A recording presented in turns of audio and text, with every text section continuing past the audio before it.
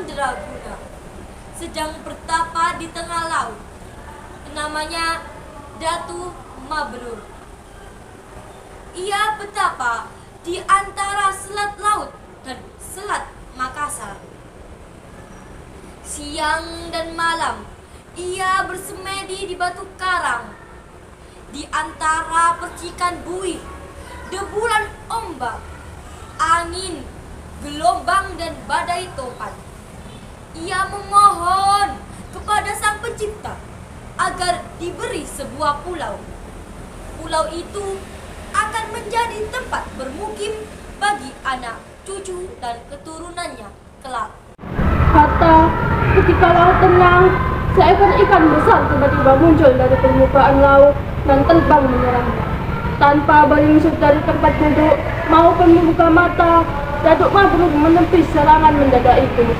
Ikan itu terpelanting dan jatuh di karang. Setelah jatuh ke air, ikan itu menyerang lagi. Demikian berulang-ulang. Di sekeliling karang, ribuan ikan lain mengepung, memperlihatkan gigi mereka yang panjang dan tajam, seakan prajurit siap tempur. Pada serangannya yang terakhir, ikan itu terpelanting jatuh persis saat Datuk Mabrur membuka matanya. Hai ikan, apa maksudmu mengganggu samadhiku? Ikan apa kamu? Aku ikan Toda, raja ikan Toda yang menguasai perairan ini. Samadhimu membuat lautan bergelora, kami terusik dan aku memutuskan untuk menyerangmu. Tapi engkau memang sakti, Datu Mabrur. Aku takut. Katanya menggap-menggap, matanya berkedip-kedip menahan sakit, tubuhnya terjepit di sela-sela karang tajam.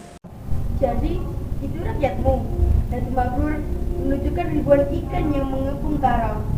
Iya Datu, tapi sebelum menyerangmu tadi, kami telah bersepakat kalau aku kalah, kami akan menyerah dan mematuhi apapun perintahmu.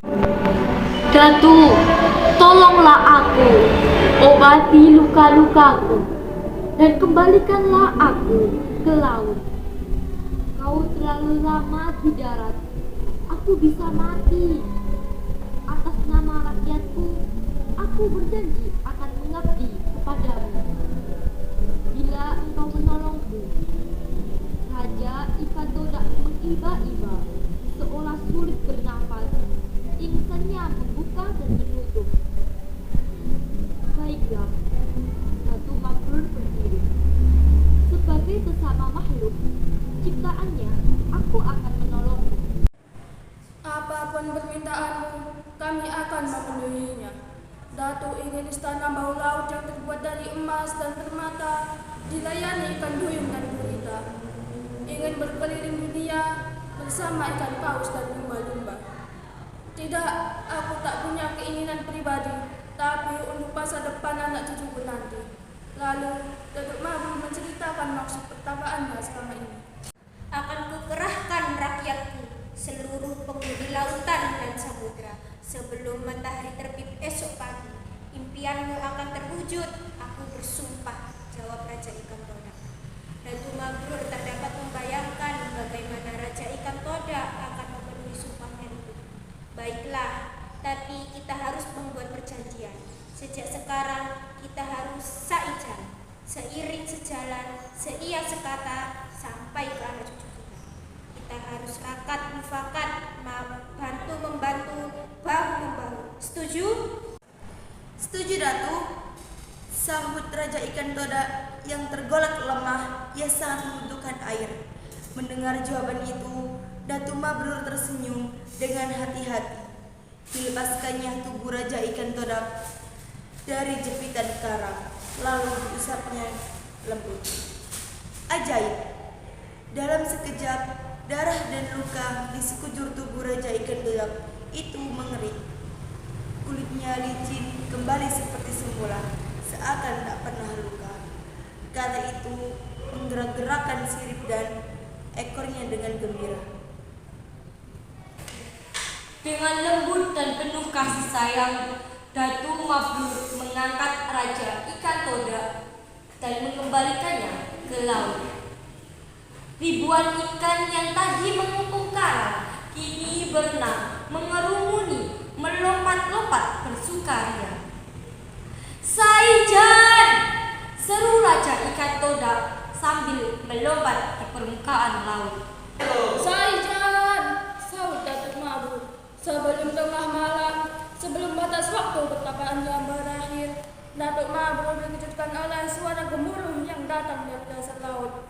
Gemuruh perlahan tapi pasti. Gemuruh suara itu terdengar bersamaan dengan timbulnya sebuah daratan dari dasar laut. Kian lama, permukaan daratan itu kian tampak, naik dan terus naik, lalu seluruhnya timbul ke permukaan. Di bawah permukaan air, ternyata jutaan ikan dari berbagai jenis mendorong dan memunculkan daratan baru itu dari dasar laut. Sambil mendorong, mereka serempak berteriak, "Saijan! Saijan! Saijan!" Datu Mabrur tercengang di karang pertapaannya. Raja ikan Toda telah memenuhi sumpahnya. Bersamaan dengan terbitnya matahari pagi, daratan itu telah timbul sepenuhnya, berupa sebuah pulau lengkap dengan ngarai, lembah, perbukitan dan pegunungan.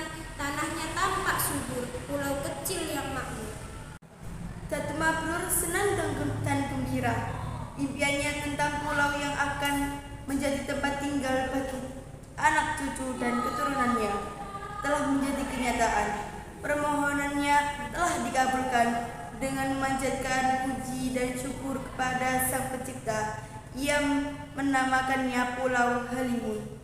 Alkisah, Pulau Halimun kemudian disebut Pulau Laut sebab ia timbul dari dasar laut dan dikelilingi laut.